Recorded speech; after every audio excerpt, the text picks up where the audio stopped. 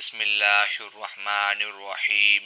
السلام علیکم ناظرین گرامی، جب ہشام بن عبد الملک نے حضرت امام زین العابدین کو پہچاننے سے انکار کر دیا تو اس کے ساتھ کیا ہوا، یہ جاننے کے لیے اس ویڈیو کو آخر تک ضرور دیکھیے گا۔ اموی خلیفہ عبد الملک بن مروان کا دور حکومت ہے۔ حج کے موسم میں ہزاروں بندگان خدا حج بیت اللہ کی سعادت حاصل کرنے کے لیے دور دور سے کھنچے چلے آ رہے ہیں۔ صحن کعبہ میں ازدحام کا یہ عالم ہے کہ تل دھرنے کو جگہ نہیں ہے۔ اس حج کی ایک خاص بات یہ بھی ہے کہ اس سال خلیفہ عبد الملک بن مروان کا بیٹا اور ولی عہد ہشام بن عبد الملک بھی ملک شام سے سفر کر کے حج بیت اللہ کے لیے آیا ہے۔ اس کے ساتھ اراکین سلطنت اور آیان مملکت کے علاوہ اس کے بہت سے شامی دوست بھی ہیں۔ اس حج میں عہد اموی کا مشہور شاعر ابو فراس حمام بن غالب فرزدق تمیمی بھی ہے۔ ہشام بن عبد الملک حجر اسود کا بوسہ لینے کے لیے آگے بڑھا۔ شاید اس کے ذہن میں یہ بات ہو کہ ولی عہدی دنیاوی کر و فر اور شان و شوکت دیکھ کر لوگ اس کے سامنے سے ہٹ جائیں گے اور وہ آسانی سے حجر اسود کا بوسہ لے لے گا، لیکن لوگوں نے ہشام اور اس کے لاؤ لشکر کو کوئی اہمیت ہی نہیں دی۔ کچھ دیر بھیڑ میں دھکے کھانے کے بعد ہشام نے حجر اسود کو بوسہ دینے کا ارادہ ترک کیا اور مطاف کے ایک کنارے پر آ کر کھڑا ہو گیا۔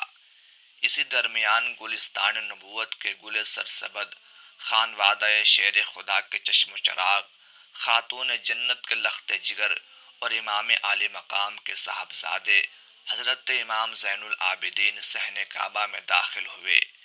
جیسے ہی لوگوں کی نظر امام زین العابدین کے چہرے انور پر پڑی، بھیڑ کائی کی طرف پھٹ گئی۔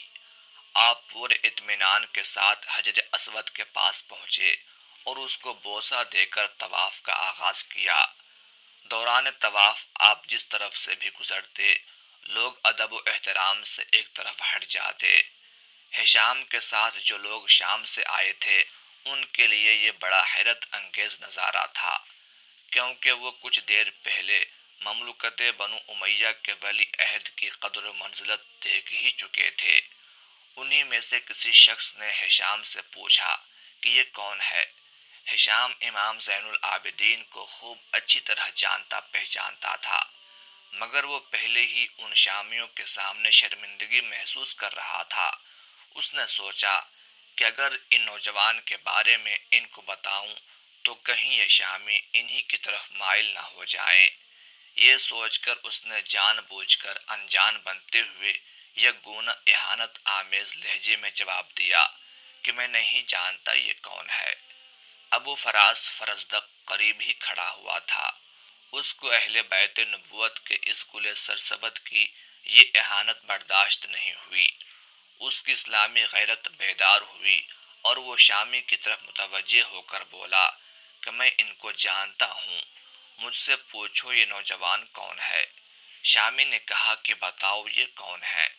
فرزدق نے حضرت امام زین العابدین کی شان میں فی البدیہہ ایک فصیح و بلیغ قصیدہ نظم کر کے برجستہ سنا دیا۔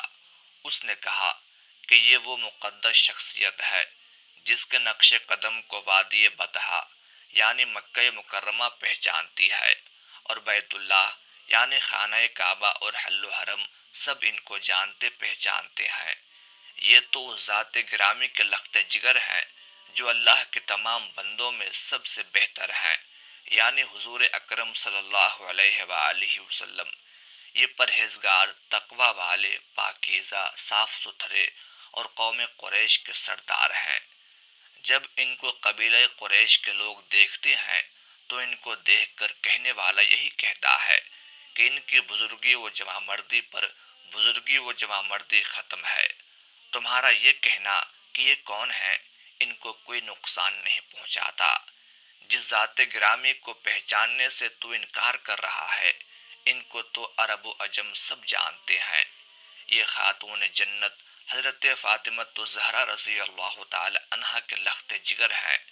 اگر تو ان کو نہیں جانتا تو سن لے کہ ان کے محترم نانا امام الانبیاء نبی رحمت صلی اللہ علیہ وآلہ وسلم پر انبیاء کرام کے سلسلے کا اختتام ہوا ہے۔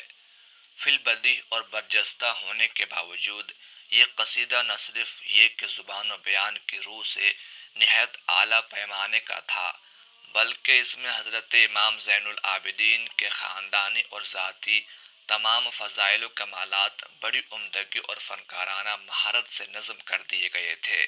اس لیے یہ قصیدہ محبان اہل بیت اور ارباب شعر و ادب دونوں کے یہاں معروف و مقبول رہا۔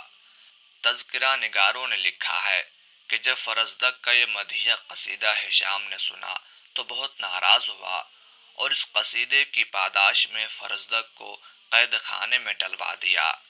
جب حضرت امام زین العابدین کو خبر ہوئی کہ ہشام نے فرزدق کو قید کروا دیا ہے اور اس کا جرم صرف یہ ہے کہ اس نے آپ کی مدح میں قصیدہ نظم کیا تھا، اس سے آپ کا دریائے سخاوت جوش میں آیا اور آپ نے بطور انعام ایک خطی رقم فرزدق کو بھجوائی، مگر فرزدق نے یہ کہہ کر وہ انعام لینے سے انکار کر دیا کہ میں نے وہ قصیدہ محض اللہ تعالیٰ کی خوشنودی حاصل کرنے کے لیے نظم کیا تھا، اس کے ذریعے دنیاوی مال و دولت کمانا مقصود نہیں تھا۔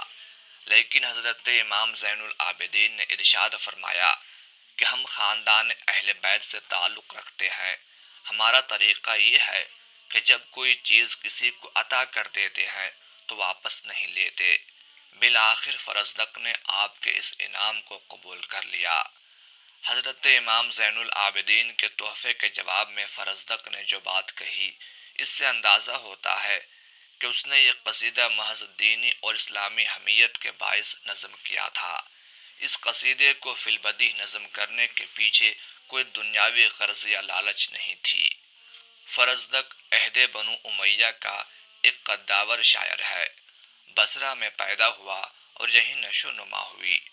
ہم اثر اموی شاعر جریر سے اس کی خوب شعری مارکہ آرائیاں ہوئیں، جن کے قصے اور اشعار آج بھی شائقین ادب کے لیے دلچسپی کا موضوع ہیں۔ فرزدق نے اپنی شاعری میں انداز بیان اور اسلوب میں جدتیں دکھائیں۔ خاندان فخر مباحات کی غلو آمیز مثالیں اس کے کلام میں نمایاں ہیں۔ ایام عرب کے قصے اور قدیم جاہلیت کے تصورات کے احیاء میں اس نے بڑا زور صرف کیا۔ اس کی شاعری کے اسی پہلو کے مد نظر ماہرین ادب کا یہ قول مشہور ہے کہ اگر فرزدق کی شاعری نہ ہوتی تو عربی زبان کا تہائی حصہ تلف ہو جاتا۔ فرزدق کے اخلاق و کردار اور عادات و اطوار کے بارے میں تقریباً سبھی مورخین کا اتفاق ہے کہ وہ ایک برا شخص تھا۔ اس کے اخلاق گھٹیا تھے، فسق و فجور کا عادی اور عیاشی کا دل دادا تھا۔ آدمی عملی طور پر کتنا ہی برا کیوں نہ ہو، مگر کبھی کبھی اس کے اندر ایمانی اور اسلامی حمیت ضرور بیدار ہو ہی جاتی ہے۔ صحن کعبہ کا مذکورہ واقعہ اسی ذیل میں آتا ہے۔ اسی لیے بعض اہل علم اور صاحبان دل نے فرمایا ہے کہ اسی قصیدے کی وجہ سے فرزدق کی نجات و مغفرت کی امید کی جا سکتی ہے۔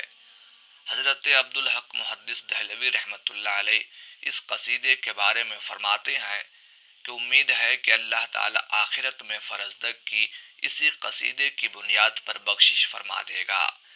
پھر حضرت شیخ نے شیخ الحرمین ابو عبداللہ قرطبی سے منسوب ایک قول بھی نقل کیا ہے، جس کا مفہوم یہ ہے کہ اگر اللہ کے یہاں ابو فراز کا اس قصیدے کے علاوہ کوئی اور عمل نہ بھی ہو تو یہی اس کی مغفرت کے لیے کافی ہوگا، کیونکہ یہ سلطان جابر کے روبرو اعلی کلمت الحق ہے۔